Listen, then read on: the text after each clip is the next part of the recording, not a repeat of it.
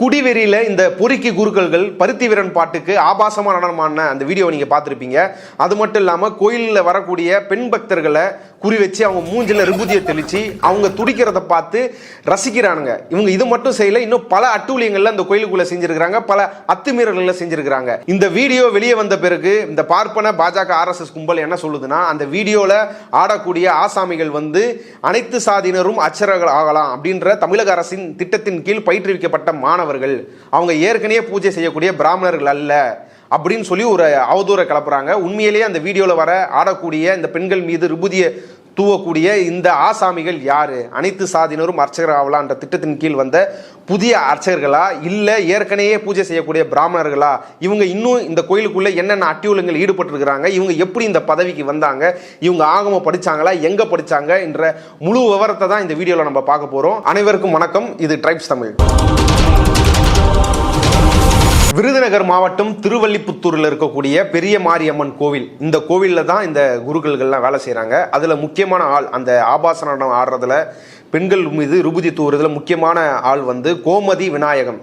இவர் தான் 2021 அந்த கோவிலில் மெயின் குருக்கள் அந்த போஸ்ட்டுக்கு வேக்கண்ட் வரும்போது இன்டர்வியூ கால்ஃபர் பண்ணும்போது அவர் சேலஞ்ச் பண்ணுறாரு. நான் ஏற்கனவே இங்கே இருந்த இந்த கோவிலில் இருந்த மெயின் குருக்கள் கிட்ட உதவியாளராக நான் வேலை செஞ்சுருக்கிறேன், நான் ஆகமம் படிச்சிருக்கிறேன், அந்த அடிப்படையில் இந்த வேலை எனக்கு தான் வேணும்னு சொல்லி சேலஞ்ச் பண்ணி அந்த வேலையை வாங்கியிருக்கிறார். இவர் அனைத்து சாதியினரும் அர்ச்சகர் ஆகலாம் அப்படின்ற திட்டத்தின் கீழ் உருவாக்கப்பட்ட பள்ளியில் படித்த மாணவர் கிடையாது.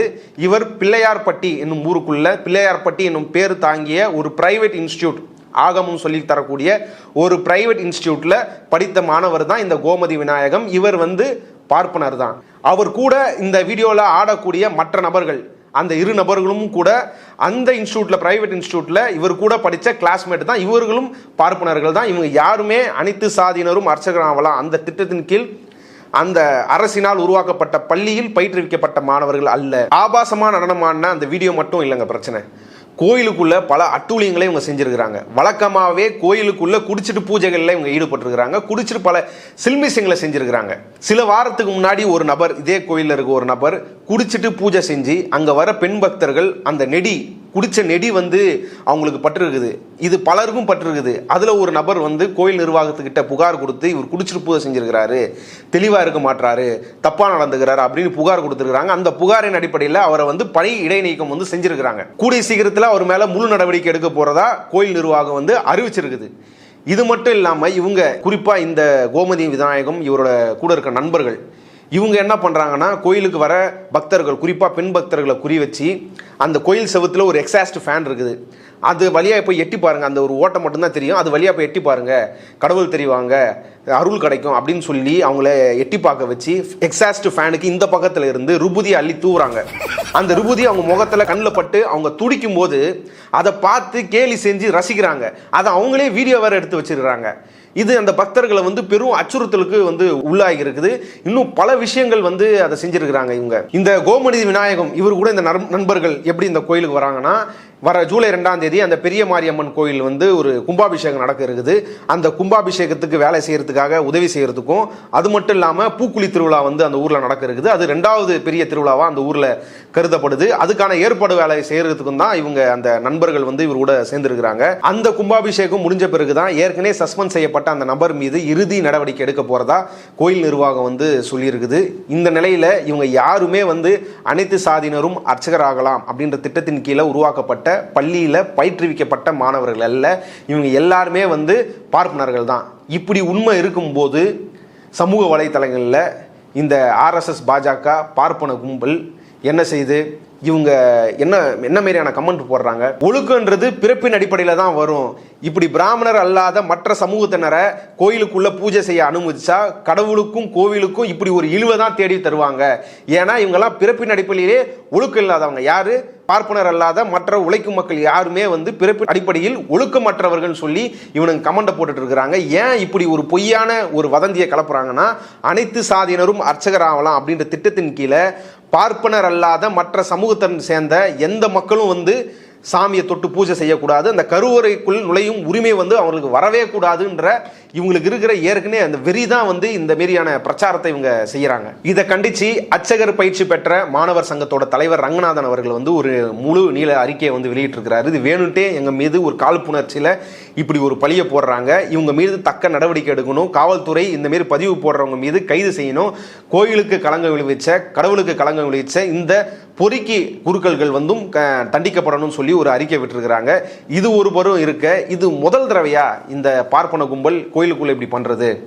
தேவநாதன்ற பேரை வந்து நம்ம மறந்துருக்க முடியாது. கோயில் கருவறைக்குள்ளேயே எது இவங்க புனிதம், அதுக்குள்ள பார்ப்பனர் அல்லாதவர்கள் போனா புனிதை கெட்டுரும், கடவுளுக்கே வந்து சக்தி போயிடும் அப்படின்னு எது நீதிமன்றத்திலேயே போய் இந்த மாரி தான் இவங்க வாதாடுறாங்க. அப்படி சொல்லப்படக்கூடிய அந்த கருவறைக்குள்ளே ஒரு பெண்ணை உள்ள கூட்டு வந்து பாலியல் வக்கரத்தில் ஈடுபட்டிருக்கிறாரு இந்த தேவநாதன். இவர் மட்டுமா, ஆம்பூரை செஞ்ச ஒரு தலைமை அர்ச்சகர் தியாகராஜன் அவர் என்ன பண்ணாரு, கோயிலுக்கு வந்த ஒரு பெண் பக்தர்கிட்ட பழக்கத்தை ஏற்படுத்தி அவங்கள கர்ப்பமாவே ஆக்கிட்டாரு. இன்னும் பல குற்றச்சாட்டுகள் இவங்க மேல இருக்குது. கோயில் குளத்துல வந்து பல பீர் பாட்டுகளும் காண்டங்களும் கண்டுபிடிக்கப்பட்டது. கோயில் சொத்துக்களை முறைகேடா கொள்ளடிச்சிருக்கிறாங்க, பல ஏக்கர்களை கொள்ளடிச்சிருக்கிறாங்க. இப்படி பல பிரச்சனைகள் வந்து இந்த பார்ப்பனர் மேல இருந்தும் இவர்கள்லாம் நல்லவர்கள், இவங்கெல்லாம் பிறப்பிலே வந்து ஒழுக்கமானவர்கள். இது எதனா தப்பு நடந்தா அவங்களாம் வந்து பார்ப்பனர் அல்லாதவர்கள்ன்ற ஒரு கட்டுக்கதையை வந்து வேணும்ட்டே இவங்க வந்து அவிழ்த்து விடுறாங்க. இந்த வீடியோ வெளியே வந்து அந்த வீடியோவில் இருக்க அந்த குருக்கள்கள்லாம் அம்பலமான பிறகு இவங்க என்ன செய்யறாங்கன்னா தங்களை அதை காப்பாற்றிக்குள்ள, குறிப்பா அந்த கோமதி விநாயகம்ன்றவர் என்ன செய்யறாருன்னா விருதுநகர் மாவட்ட எஸ்பி கிட்டையும் அதேமாரி கன்னியாகுமரி மாவட்ட எஸ்பி கிட்டையும் ஒரு கம்ப்ளைண்ட் கொடுக்குறாரு. என்ன, எனக்கும் அந்த வீடியோவில் வர விஷயங்களுக்கும் எந்த சம்மந்தமும் கிடையாது, இது வேணும்ட்டே வந்து எங்கள் மேலே இருக்க கால் புரட்சியில் பண்ணியிருக்கிறாங்க.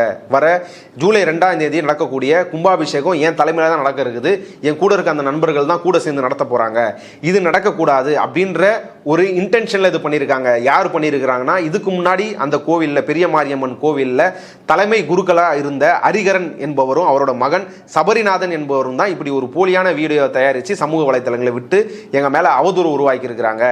ஏன்னா அவரோட ஹரிகரனோட பையன் சபரிநாதன் தான் இதை செய்யணுன்றது அவருக்கு விருப்பம், இந்த பூஜையை செய்யணும், இந்த கும்பாபிஷேகத்தை செய்யணுன்றது அவரோட விருப்பம், அது நடக்கலை அப்படின்றதுக்காக எங்கள் மேலே பழிய போட்டு இப்படி எங்கள் வாழ்க்கையை வந்து கெடுத்துருக்கிறாங்கன்னு சொல்லி அவர் 2 மாவட்ட எஸ்பி கிட்ட வந்து கம்ப்ளைண்ட் கொடுத்துருக்காப்புல. அவர் கூட இருந்த 2 பேர் அவங்க வந்து ஒரு வீடியோ போட்டிருக்கிறாங்க. எங்களுக்கு சம்பந்தம் இல்லாமல் ஒரு வீடியோ, அது எங்களுக்கு தொடர்பே இல்லை, அந்த வீடியோக்கு எங்களுக்கு என்ன தெரியவே செய்யாது. இப்பொழுது குடும்பங்கள் மற்றும் எங்களது வாழ்க்கை எங்களிருந்து என்ன செய்வது என்றே தெரியாமல் நாங்கள் இருக்கிறோம். கோமதி விநாயகம் வீட்டுக்கு போய் அந்த டிவி முன்னாடி நின்றதெல்லாம் நாங்கள் தான், ஆனால் அதுக்கப்புறம் நடக்கிறதெல்லாம் நாங்கள் இல்லை. அதாவது அவங்க வீட்டுக்கு போயிருக்கிறாங்க, டிவி முன்னாடி நின்றதெல்லாம் அவங்க தானா, ஆனால் அந்தமாரி நடனம் ஒரு ஆபாசமான நடனம்லாம் நாங்கள் ஆடலை, கோயிலுக்குள்ள பெண்கள் கிட்ட நாங்கள்லாம் அத்துமீறல் எந்த செயலில் ஈடுபடலன்னு ஒரு பொய்யா வீடியோ போடுறாங்க. அது பல வருஷங்களுக்கு முன்னாடி நடந்த ஒரு விஷயம். அதையும் எங்களையும் இணைச்சு ஒரு போலியான வீடியோ வந்து தயாரித்து போட்டிருக்கிறாங்க, எங்கள் மேலே வந்து களங்கத்தை உருவாக்கணுன்றதுக்காகன்னு சொல்கிறாரு. ஆனால் நம்ம அந்த பெரிய மாரியம்மன் கோவில் அங்கே நிர்வாகத்தில் இருக்கிற நபர்கள்கிட்டே விசாரித்தோம், இதெல்லாம் சமீபமாக எடுக்கப்பட்ட வீடியோ தான், இதில் இருக்கிறது இவங்க தான் சொல்லி அவங்களே ஒத்துக்கிட்டு சொல்கிறாங்க. தங்களை இந்த குற்றத்திலிருந்து விடுவிச்சுக்கிறதுக்காக ஒரு அழுது நாடகம் ஆடுறானுங்க. அந்த வீடியோவிலே வந்து அழுகுறாங்க, எங்கள் வாழ்க்கை போயிடுச்சு, எங்கள் குடும்பம் போயிடுச்சு, எங்கள் கௌரவம் போயிடுச்சுன்னு சொல்லி போலியாக கண்ணீர் விடுறாங்க. அப்போது இதுலேருந்து தப்பிக்கிறதுக்கான பல வேலைகளை இவங்க செஞ்சுட்டு இருக்கிறாங்க. இதுக்கு ஆதரவாக வந்து சமூக வலைத்தளங்களில் இந்த சங்கி கூட்டங்களும் வந்து இப்படிப்பட்ட கமெண்ட்டுகளை, இது வந்து அனைத்து சாதியினரும் அர்ச்சகர்கள் செஞ்ச வேலை தான், இவங்க செஞ்ச வேலை இல்லைன்னு சொல்லி உங்களுக்கு ஆதரவாக பொய்யான கருத்தில் பரப்புறாங்க. இந்த போலி கருத்துக்களை யார் பரப்புறா அப்படின்னு பார்த்தீங்கன்னா, அந்த ஐடிகள்லாம் பார்த்தீங்கன்னா RSS பாஜக சங்கிங்களோட ஐடியலாக தான் இருக்குது, மோடி ஃபாலோவர்ஸோட ஐடியா தான் இருக்குது. அதில் ஆச்சரியப்படக்கூடிய விதமாக அதிமுக செய்த நபர்களும் இப்படிப்பட்ட கருத்துக்களை, அந்த ஐடிகளும் இப்படிப்பட்ட கருத்துக்களை வந்து பகிர்ந்துட்டு வருது. இந்த நிலையில இந்த பொறுக்கி குறுக்கல்கள் தப்பிக்க கூடாது அப்படின்னா இந்த பெரிய மாரியம்மன் கோயில் வந்து HRNC கட்டுப்பாட்டில் தான் இருக்குது. HRNC தான் இந்த கோயிலை வந்து நிர்வகிக்கிற வேலையை வந்து செய்யுது. அதனால் இந்த நிர்வாகத்துக்கே தெரியும் இந்த அட்டூழியங்கள்லாம் செஞ்சது இந்த பொறுக்கி கும்பல் தான் சொல்லி. அதனால் அந்த பொறுக்கி கும்பல் இன்னொரு முறை அந்த கோயிலுக்குள்ளே வந்து பூஜை செய்யவோ வேறு எதுக்காகவோ அனுமதிக்கப்படக்கூடாது. இந்த பொறுக்கிகள் வேறு எந்த கோவிலுக்குள்ளேயும் புதுசாக அவங்களுக்கு பணி அமர்த்தம் வந்து செய்யக்கூடாதுன்றது தான் நம்ம இந்த வீடியோ வாயிலாக கேட்டுக்கிறோம். அது மட்டும் இல்லாமல் காவல்துறை இவங்க மேலே தக்க நடவடிக்கை எடுக்கணும், இவங்கள சிறையில் அடைக்கணும். இந்த சங்கி கூட்டம் சமீபமாக என்ன பண்ணுச்சு, திருப்பரங்குன்றத்தில் முருகன் இருக்கிற இடத்துல மாமிசம் சாப்பிட்றாங்க, தர்கா ஒன்று இருக்குது, அங்கே வச்சு ஆடு கோடியை வந்து பலியிடுறாங்க, அந்த மலையே வந்து சிக்கந்தர் மலைன்னு சொல்லி இவனுங்க இஸ்லாமியர்கள் வந்து ஆட்டையை போட பார்க்குறாங்க, அப்படிலாம் ஒரு அவதூறை பரப்பி ஒரு கலவரம் பண்ண முயற்சி பண்ணாங்க. அந்த விஷயத்தில் இந்துக்களை கன்சாலிடேட் பண்ணுறதுக்காக ஒரு முருகர் பக்தர்கள் மாநாடுன்னு ஒரு போலி மாநாடை வந்து மதுரையில் நடத்துனாங்க. அது எப்படிப்பட்ட ஒரு மாநாடுன்றதை நம்ம ஏற்கனவே நம்ம சேனலில் வீடியோவில் வந்து எக்ஸ்போஸ் பண்ணியிருக்கிறோம். இப்போ இதை எப்படி எடுத்துக்கிறது? முருகர் பக்கத்தில் மாமிசம் வெட்டுறதே வந்து இழிவுபடுத்துறதா இந்த பார்ப்பன கும்பல்கள் குடிச்சிட்டு உள்ளே போய் இந்து கடவுள் இருக்கிற இடத்துல வந்து பூஜை பண்ணியிருக்கிறாங்க, பக்தர்களை வந்து பயன்படுத்தியிருக்கிறாங்க, பாலியல் ரீதியாக சீண்டல் பண்ணியிருக்கிறாங்க, வம்புழுத்திருக்கிறாங்க. இப்போ யார்கிட்ட இருந்து இந்த கடவுளை வந்து நம்ம காப்பாற்றுறது? உண்மையே சொல்லப்போனால் இந்த பார்ப்பன பாஜக கிட்டேருந்து தான் இந்த கடவுளை காப்பாற்றணும். ஏன்னா இந்துக்களை காப்பாற்றணும், கடவுளை காப்பாற்றணும்னு சொல்லி அன்றைக்கி எல்லாரையும் மாநாடு கூப்பிட்ட இந்த பாஜக கும்பல் கிட்டத்தட்ட 3 மாதமாக கிராமமாக போய் மக்கள்கிட்ட பேசி விஸ்வ இந்து பரிஷத்து, இந்து முன்னணி, இன்னும் பல அமைப்புகள் வந்து மக்கள்கிட்ட பேசி முருகரை வந்து பார்க்க வாங்க, அறுபடை வீடு இருக்குது, நம்ம இந்துக்கள் வந்து நம்ம புனிதத்தை காப்பாற்ற மாட்டோம், பின்பற்ற மாட்டோம், வாங்கன்னு சொல்லி கூப்பிட்டு போனாங்க. எதுக்கு? ஒரு இந்து வெறியை ஊட்டுறதுக்கு. நாளைக்கே திருப்பரங்குன்றத்தில் எதனா ஒன்று நடக்குது, ஏதோ ஒன்று பண்ணணும்னா இவங்க எல்லாம் அந்த கலவரத்துக்கு வரணும் அப்படின்றது தூண்டுறதுக்காக பண்ணாங்க. அப்போது அந்த நேரத்தில் நாங்களாம் இந்துக்கள் இந்து மதத்தை காப்பாற்றணும், புனிதத்தை காப்பாற்றணும் சொல்லி எல்லாரையும் கூப்பிட்றல. ஆனால் கோயிலுக்குள்ளே மட்டும் பார்ப்பனர்கள் மட்டும்தான் இருக்கணும், மற்ற சாதியினர்கள் போனால் அது தீட்டாயிரும், கடவுளுக்கே சக்தி போயிடும்னு சொல்லி கோர்ட்டு வரைக்கும் போய் இதை இவங்க பேசுகிறாங்க. விடுதலை சிறுத்தைகள் கட்சியோட தலைவர் தொல் திருமாவர்கள் அவர்கள் வந்து திருநூறு அழிச்சிட்டாரு, கடவுளை வந்து இழிவுபடுத்துறாரு, இந்து மதத்தை வந்து அவமதிச்சிட்டாரு, அவர் ஓட்டுக்காக மட்டும் இந்துவாக நடிக்கிறாரு, மற்ற நேரத்தில் இந்து விரோதியாக இருக்கிறாரு அப்படின்னு சொல்லி அவர் மேலே பல விமர்சனங்கள் வச்சாங்க. கார்த்திக் கோபிநாத்ன்ற ஒரு புரோக்கர் அவர் என்ன சொல்கிறாப்புல, திருநூரை வந்து விசிகாவோட ஆஃபீஸுக்கு வந்து கொரியர் அனுப்புகிறாராம்.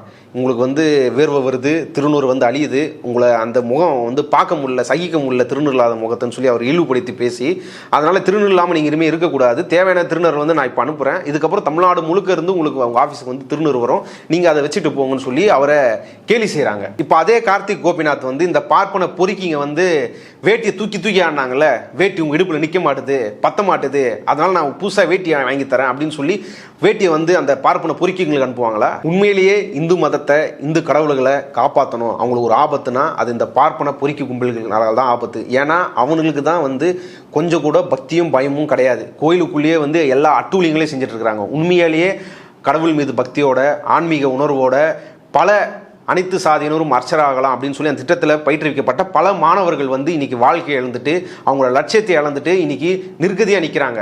அவங்க எல்லாமே கடவுளையும் இந்து மதத்தையும் உண்மையாக நேசிக்கக்கூடியவங்க, அதில் இருக்க நல்லதை மக்களுக்கு போதிக்கணும்னு நினைக்கிறவங்க.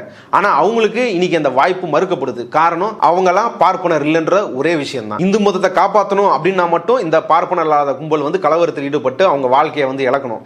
இதே பார்ப்பனர் அல்லாத மற்ற சாதியினர் இன்னைக்கு அந்த திட்டத்தின் மூலியமா இந்த வயலூர் முருகன் கோயிலுக்கு அவங்க அதில் அப்பாயின்மெண்ட் ஆயிருக்கிறாங்க. அப்படி அப்பாயின்ட் ஆன போன அந்த பார்ப்பன இல்லாத மற்ற இந்து மக்களை அந்த பூஜை செய்ய போனவங்களை நாயை விட கேவலமாக நடத்துறானுங்க.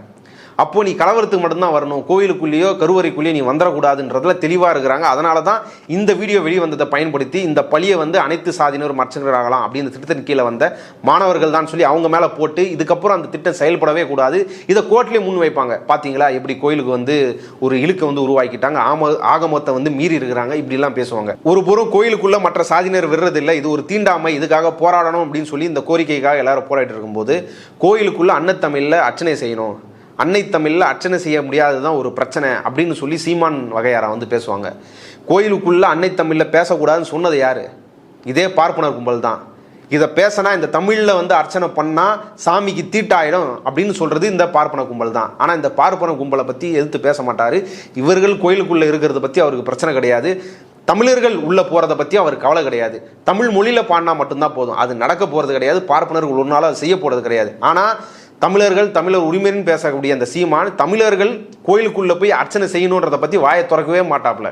ஏன்னா அது உங்களோட மெயின் ஏரியா, அவளோட மெயின் ஏரியா, அதில் வந்து அவர் கை வைக்க மாட்டார். அப்போ இதுக்கெல்லாம் ஒரே தீர்வு கோவிலையும் கருவறையும் ஜனநாயகப்படுத்துறது தான். இந்துக்கள் என்று யாரெல்லாம் அழைக்கப்படுறாங்களோ எல்லா சமூகத்தினரும் கோயிலுக்குள்ளே போய் கடவுளை தொட்டு வழிபடுற பூஜை செய்கிற உரிமையை வந்து நம்ம பெறணும், சட்ட ரீதியாகவே பெறணும். இதை கோர்ட்டுக்கு போனாலும் இவங்க என்ன சொல்கிறாங்க, கான்ஸ்டியூஷனை வச்சியே இதை எப்படி சொல்கிறாங்க, அரசியலமைப்பு சட்டம் 25 பிரிவு 1 கீழ் இதெல்லாம் மத உரிமை, இதில் யாரும் தலையிடக்கூடாது அப்படின்னு பேசுகிறாங்க. அப்போ இந்த மத உரிமைன்றது பார்ப்பனர்கள் மட்டும்தானா? பார்ப்பனர் அல்லாத பெரும்பான்மையான உழைக்கும் மக்கள் யாருக்கும் இந்த மத உரிமை கிடையாதா? அப்படிதான் இந்த அரசியலமைப்பு சட்டம் சொல்லுதுன்னா இந்த அரசியலமைப்பு சட்டத்தை எதிர்த்து இந்த போராட்டம் தொடரும். மீண்டும் இன்னொரு வீடியோவில் சந்திப்போம். நன்றி.